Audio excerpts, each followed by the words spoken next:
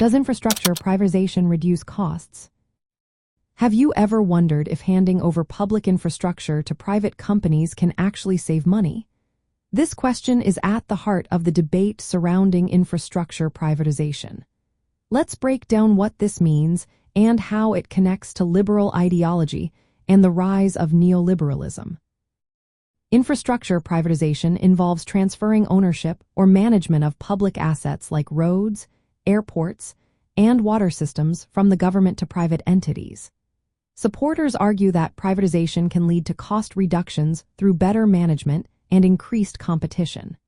From a liberal viewpoint, which values market efficiency, privatization is seen as a way to improve services and cut costs.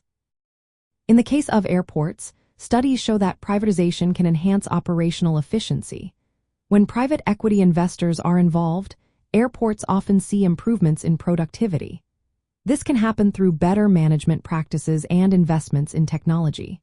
More routes and services can also emerge, benefiting consumers and local economies. However, these benefits do not always mean lower prices for users. In some instances, fees and prices may rise as companies seek to boost profitability. Strong regulation and competition among airlines can help maintain service quality, but cost reductions for consumers are not guaranteed. On the other hand, when it comes to utilities like water services, the story is different. Research indicates that privatization does not consistently lead to cost savings in this sector. Water systems are often natural monopolies with little competition, they requiring long-term investments that can be challenging for private companies. These companies may face higher capital costs and could cut corners on service quality to save money. Public management in these areas can also be efficient and innovative, challenging the idea that privatization is always the best option. Overall, infrastructure privatization can reduce costs in certain situations, especially where competition exists and regulatory frameworks are strong. However, it does not guarantee savings across the board.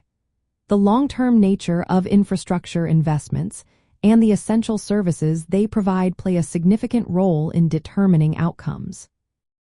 While liberal ideology supports market solutions, successful privatization requires careful design and oversight to ensure that cost reductions do not compromise service quality or equity.